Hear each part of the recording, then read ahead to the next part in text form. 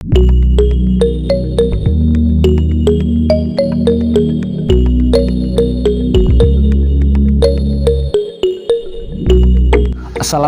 warahmatullahi wabarakatuh. Perkenalkan, nama saya Ilham. Saya tinggal di Berasan Makmur, RK 01. Jadi gini mas, dulu saya itu pernah bercita-cita keinginan untuk menangkar burung kacer.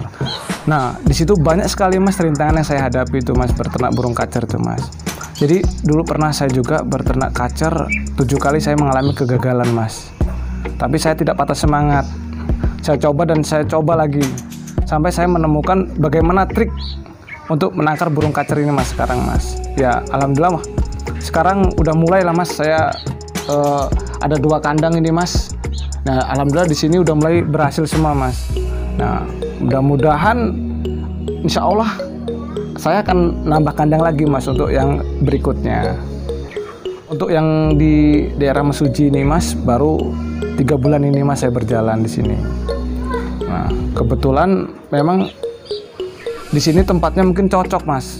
Untuk segi panasnya mungkin bagus lah untuk di Mesuji ini mas, untuk menangkar burung kacer. Saya ternak di sini ada 2 pasang mas. Nah, kebetulan kandang yang pertama ini jenisnya Medan mas, dan yang lakinya Jambi, silang Jambi. Nah, terus kandang yang kedua ini Medan, yang ini Jambi mas, silangan asli lokal Mesuji. Nah di sini saya terapkan sistem poligami mas. Di sini sistem poligami ini kalau metode saya, yang pertama di kandang yang pertama ini mas, ini kan betinanya Medan. Yang pertama tadi di kandang yang pertama. Nah, yang kedua, kandang yang kedua ini yang ininya asli lokal Mesuji, yang lakinya tetap yang Jambi, karena 1 laki 2 perempuan. Nah jadi sistemnya yang pertama, kandang pertama ini saya masukin yang laki ke kandang yang pertama. Begitu dia selesai bertelur, mulai ngerem, baru saya pindah ke kandang yang nomor 2 mas. Jadi sistemnya ya, jadi sistemnya lakinya transit mas, berpindah. Nggak dalam 1 kandang itu 2 perempuan, laki 1 enggak mas. Jadi kandang 2 itu laki 1 mas? Iya mas, laki 1 perempuannya 2 mas, beda kandang. Karena kalau sistem 2 perempuan 1 lakinya 1 dalam 1 kandang itu resikonya tinggi mas.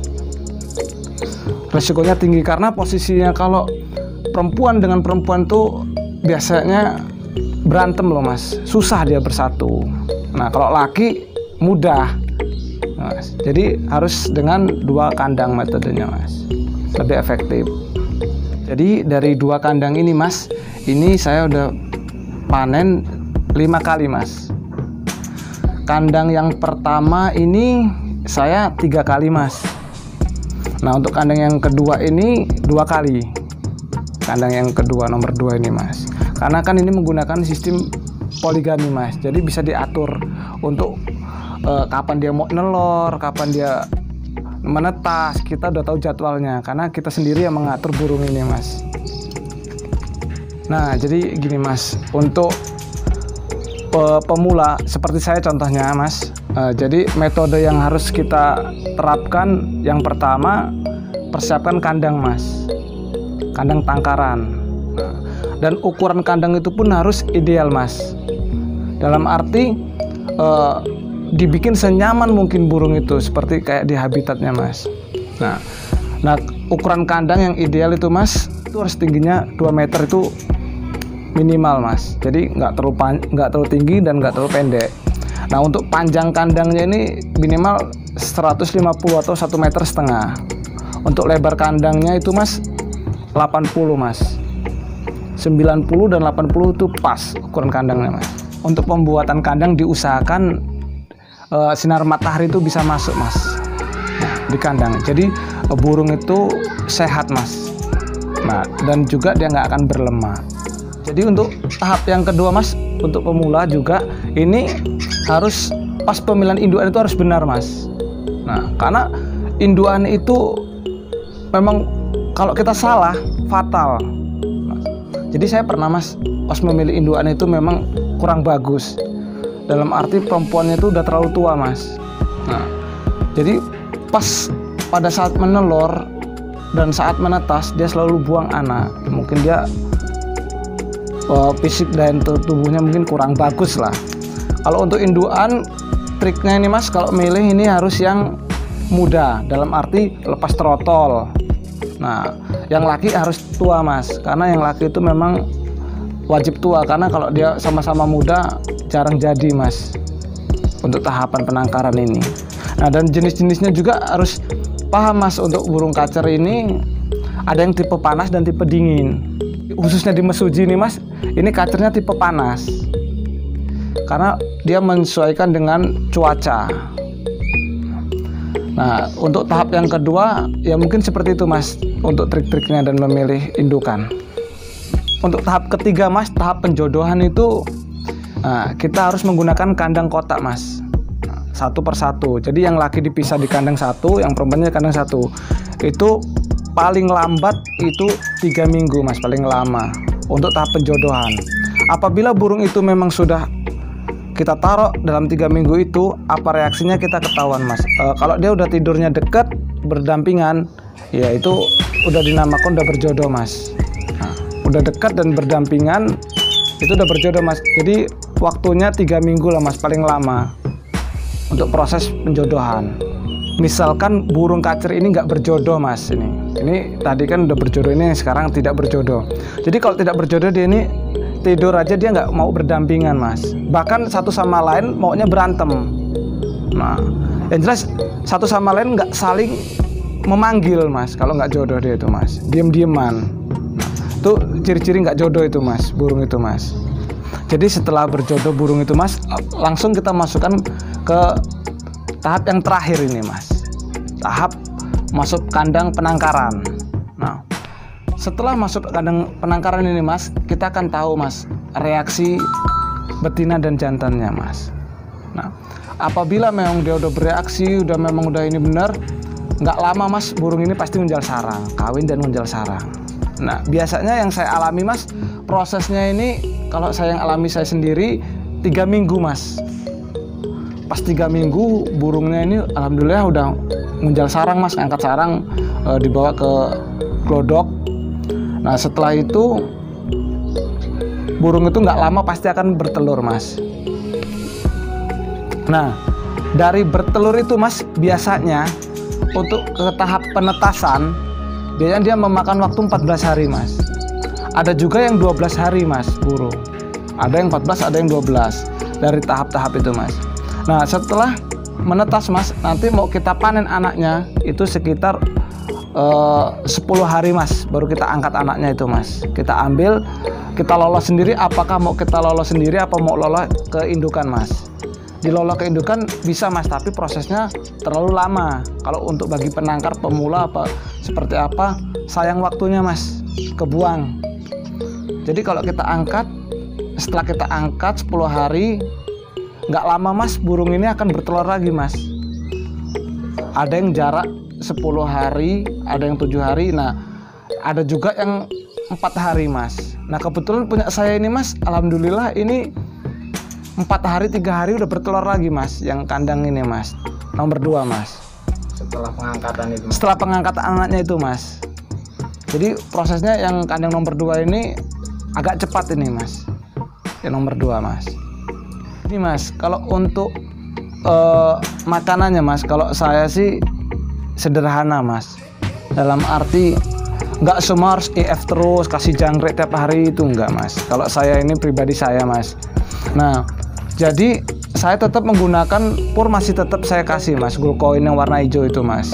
Jadi apabila pas kita kehabisan makan mungkin jangkrik, dia masih ada alternatif yang kedua, jadi bisa makan pur. Nah, kalau saya rawatan yang untuk burung kacer ini mas, jangkrik itu saya kasih pada saat dia mau bertelur. Itu saya kasih mas, agak banyak mas untuk jangkrik. Nah, yang kedua setelah dia bertelur mas, udah bertelur dia mulai mau ngeram, itu perawatannya pagi dan sore mas, jangkriknya mas. Ya enggak, itu pun enggak banyak mas, paling sekitar 20 biji mas, ekor kita kasihnya dalam satu kandang ini, pagi dengan sore. Karena kalau burung itu nggak ada vitamin, posisi ngerem, takutnya dia banyak turun mas. Nanti telurnya banyak nggak jadi, mengalami kegagalan mas. Kalau jangkrik itu cuma untuk selingan, jadi nggak semuanya jangkrik itu nggak mas. Karena kita belajar sambil menggali-gali mas, maksudnya inovasi-inovasi mas. Biasanya orang itu untuk penangkaran ini biasanya dia menggunakan sistem alam. Dalam arti semua di-pool, semua jangkrik, kroto, pokoknya nutrisi itu terlengkapi. Bahkan ada yang tiap hari itu kasih kroto terus. Sebenarnya bukannya bagus sebenarnya mas kalau menurut saya, tapi mas biasanya itu menimbulkan lemak mas di burung karena dia terlalu banyak memakan nutrisi. Nah, jadi nggak seimbang dengan dia kan. Kalau di alam dia bisa terbang bebas mas. Kalau di kandang penangkaran itu kan terbatas, jadi dia nggak bisa gerak lincah, jadi takutnya berlemak. Itu banyakan terjadi mas. Makanya saya inovasi dengan menggunakan pur. Nah, jangkrik ini untuk penunjangnya pada saat dia mau bertelur dan mengeram mas. Tempat mandi itu sangat perlu mas di kandang penangkaran ini, karena pada saat burung mau menetas pasti dia mandi mas, untuk memecahkan telurnya biar dingin mas. Itu fatal mas kalau nggak ada air itu mas, karena burung itu memang dia untuk mandi untuk memecahkan telur biasanya mas pada saat dia mau menetas. Jadi air itu standby mas ya? Standby mas. Untuk penggantian air ini kita lihat dari masih bersih nggak airnya itu mas. Jika air memang udah kotor, untuk dia mandi, sering mandi, harus kita buang mas, harus kita ganti. Takutnya dia nanti menimbulkan bakteri nanti pada jamur di kaki burung. Perawatan kandang itu memang wajib kita ini mas, kita terapkan. Masalahnya kalau nggak kita ada rawatan kandangnya, nanti takutnya semut mas, banyak semut, karena posisikan burung makan jangkrik mas.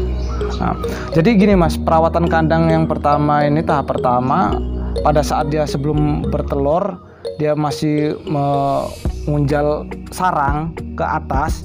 Nah, pasti kan banyak nih mas sarang-sarang yang di bawah ini mas, yang ke bawah sisa-sisaan burung. Nah, harus kita bersihkan mas, kita ambil, kita sterilkan, dan kita kasih obat semut mas. Bisa pakai micindo yang bubuk itu mas, kita kasih sekelilingnya nih mas, kandang.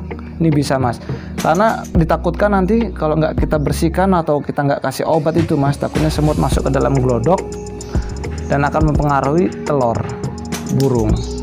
Nah, setelah selesai itu mas, nanti kan dia pasti nggak lama, 14 hari itu menetas. Nah, itu pembersihan lagi mas untuk kandangnya mas. Harus kita bersihin, kita sapu dalamnya, kita bersihin, tai-tainya kita keluarin tuh mas, tai burungnya tuh mas, karena pasti banyak lagi nanti kaki-kaki jangkrik yang jatuh di situ mas, karena pada saat ngeloloh pasti banyak berserakan mas. Itu rawatannya pasti mas untuk obat. Yang jelas saya lolos sendiri mas itu mas, burung mas. Nah, yang jelas untuk burung kecil ini mas, harus kita menggunakan kroto mas, pur dan kroto. Purnya itu kita basahin mas, kita campur kroto. Nah, dan itu pun nggak bisa terlalu banyak mas kita menyeduhnya mas. Ditakutkan dia akan basi mas, di burung nggak akan sehat, nanti dia akan menimbulkan cacat. Nah, untuk meloloh burung kacer sendiri mas, itu memakan waktu sekitar 1 jam sampai 2 jam sekali mas, dia harus makan. Jangan sampai dia agak telat, bisa ditakutkan dia akan cacat, kakinya akan bengkang mas, mengalami kecacatan. Untuk campuran lolohan itu, makan lolohannya apa aja mas? Jadi untuk campuran lolohannya dari pertama kita panen mas, itu masih tetap menggunakan kroto mas dengan pur dari awal mas pertama itu.